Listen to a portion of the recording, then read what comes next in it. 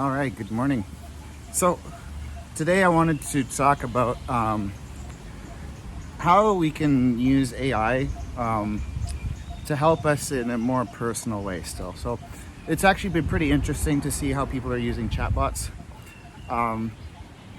It's just that there's so many different applications for them in terms of interacting with them personally still. One of the things that I have been doing for the past, I guess, 2 years, maybe, give or take, whenever, I guess it would have been a little while after Llama came out, is that I've been feeding sort of like a lot of my personal details and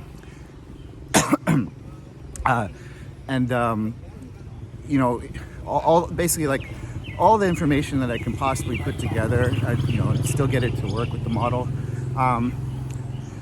so that it knows me very well, and it works not necessarily like a therapist, but rather more like a confidant, I guess, slash advisor, who can really sort of synthesize all of the information about you, and then look at whatever particular challenge or thing that you're trying to figure out, and provide you some feedback, ideas about that specific situation, help you develop a plan of action or whatever, right?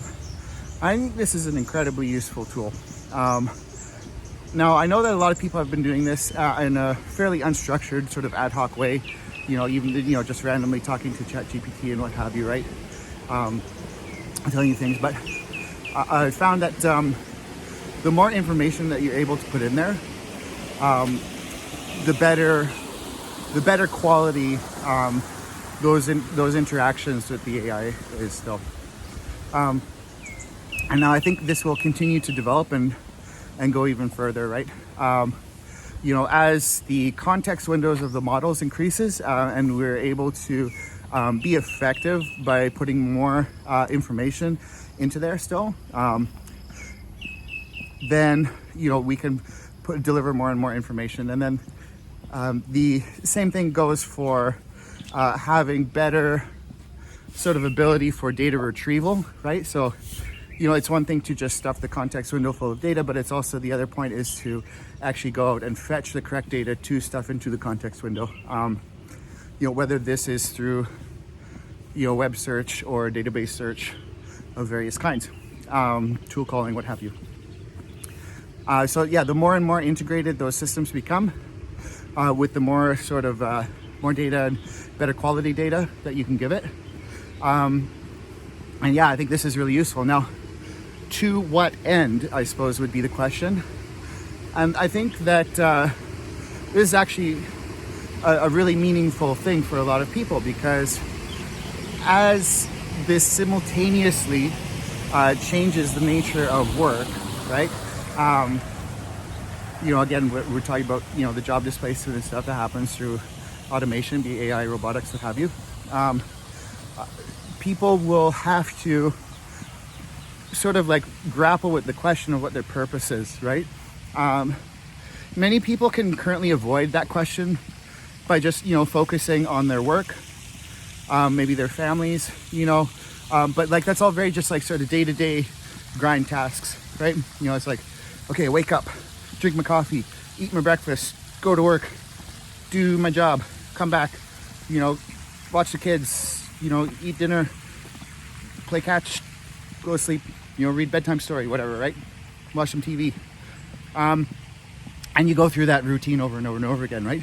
And that can allow somebody to pass the time, and, feel happy, right? And content even, and satisfied with life, without ever having to really think like, what is their purpose, right? Why am I here? It's like, I don't need to ask that question because I'm so busy, right? Now, when that gets flipped on its head still, and like, let's say, oh, well, you don't have a job in the sense that you used to have one, right? And AI and robots are doing all these things that you had to do, like, then you have to think like, what is my purpose, right? So I think this is the thing that AI can really help you with still, because again, like when you're talking to other people, their opinions are always going to be flavored, you know, by many different things, right? It could be, what do they want from you, for example, right? So, you know, if I go to a person for advice and I have a relationship with that person of some nature, right? When I ask them the question like, hey, what should I do in this situation? Well, their response is going to be colored based on their own self-interest, right? It's like, well, you should do what I want you to do because it would in some way perhaps benefit me. I'm not saying that is definitely the case for everybody. But you know, there's also very hard limits on what they are able to sort of synthesize in terms of information. They don't necessarily have all the context, and you can't necessarily give that to them in the course of a conversation, right? It can take years to get to know somebody.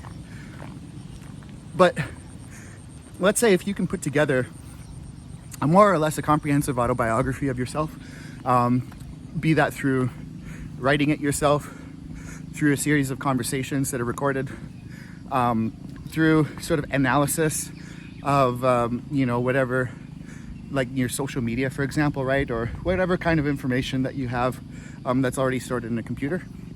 And then you can feed that to the AI. The AI can be impartial, right? And especially when we're talking about these locally hosted models that you have full control over, right?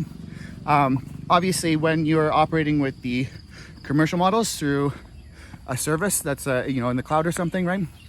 You don't have control over that model, and therefore you don't necessarily know what it's programmed to do, right? You know, and there's going to be all kinds of little things like, you know, like I'll give you an example, right? So let's say that you are looking for some sort of legal advice, right, about a situation. And let's say you ask a commercial model that's hosted in the cloud. Well, it's going to flavor its answers like with, you should talk to a lawyer. You should talk to a lawyer, like, you know, for legal reasons, literally, right? Like, you know, they don't want to get sued, like, for giving bad advice and stuff, right? Because there's a company that's responsible for that. So there's always going to be hard limits on the behaviors of those models in the cloud, right? Now, if you do that with a local model that you have full control over, and you program it to basically not say those kinds of things and not do those kinds of things, then you won't get that. You'll get what you actually want still, right? So say, hey, help me with this legal situation. I need to find a loophole, you know? I need to find a flaw in the system to exploit. I need a creative solution or something, right? You're not going to get that from a commercial model, but you could get that from a local model, right? That's more than happy to help you because you've programmed it, right? You've designed it to be in full alignment with you, right? And so the same thing goes when you're talking to it and trying to, you know, figure out some of the bigger decisions in your life. Having a local model with all your information that really can sort of synthesize a good picture of who you are, you know, what drives you, what would actually help you. I think this is an invaluable tool. And it's something that ultimately no human could provide, because no human could be totally unbiased, and no human can analyze the amount of data required. No human could analyze the same amount of data that the AI could still. So I think this is really beneficial still. And this is, you know, the more people that go ahead and adopt these things, I think that we will see significant improvements in mental health outcomes. Because I think that things like traditional therapy they're helpful in many ways, but they are also slow, and I think they also fail a lot of people. And I think a lot of people will just never go. Because either they don't feel comfortable talking to a person, or it's just not there when you need it, right? Like I know a guy who knows a guy who had like a bit of a, he was feeling rough one day, basically, right? And it's like, it's like, okay, like, this is maybe a situation where talking to just like your buddy is like over a beer is not going to cut it, right? You want to talk to like a professional. It's like, well, your options were like either book a time with a therapist like a week from now, which is like, well, that's too late, right? I'm having the problem now. Or like call like a suicide hotline, which is like, well, that's not really what I need either, right? So having something that's like sort of instantly available, knows all this information about you, is programmed in direct alignment with what you need, and who you are, and what your objectives are, and is anonymous, right?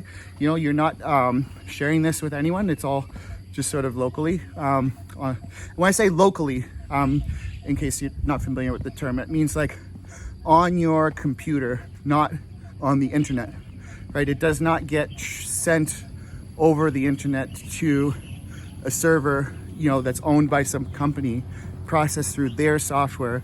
Your information is stored in their database and then sent back over the network. It only just stays in your computer, right? So yeah, that's I think that's a really useful thing. So that's the kind of tools that I've been working on. I don't know if that's something that I'm going to make an attempt to release commercially or not. I guess we'll see. We'll see how it goes still, because on the flip side of that, there are still risks with that, right? If it is programmed incorrectly, or if you go about it in the wrong way, it could theoretically promote sort of more negative behaviors as well, right? So I think there's very good potential here, and I've seen this personally, the effectiveness of it, but at the same time, there is definitely a possibility that it could go the other way around still, where it just affirms you going in the wrong direction, for example, right? So, and that's kind of the interesting thing about these LLMs, is that if you are really persistent, you can trick it, right? You can trick it into thinking different things, or going about things in a different way. Now, they have spent a lot of time, especially for these large commercial models, to try and prevent that, right? If you're familiar with something called prompt injection, this is like sort of crafting very creative prompts that will bypass sort of the safety mechanisms within the model. And now this is the ones that are in the training data and in the reinforcement learning process, not necessarily like static keyword filters, right? It's pretty easy to have it so that if the model returns like a swear word, or touches on some other specific like keyword, it can just catch that out of the text and then block the response or something, right? Or block the input, depending on if it's going in or out. But besides that, still, I don't think that there's a foolproof way to build a model to prevent that ultimately. I think they've done a increasingly better job of that. But of course, then when you go on the flip side of this to the open source stuff, where we're talking about hosting your own models locally, since they're open source, that means that we can run additional layers of reinforcement learning on top of that. And that can basically undo any of like the safety programming, right?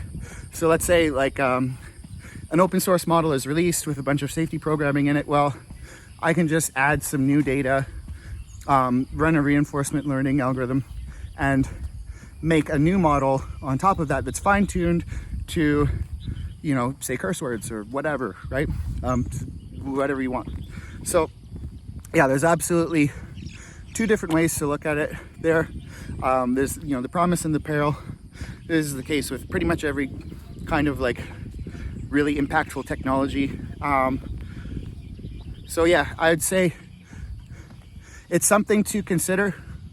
Right now there is a fairly high level of there's a high barrier of technical knowledge that's needed to really set something up like this, and I haven't yet seen a product that would bring this sort of these kinds of interactions out there yet still. Maybe, I don't know, like again, like maybe I will release what I've built at some point, but yeah, in the meantime, just some food for thought for you, and yeah, we'll see you all in the next one.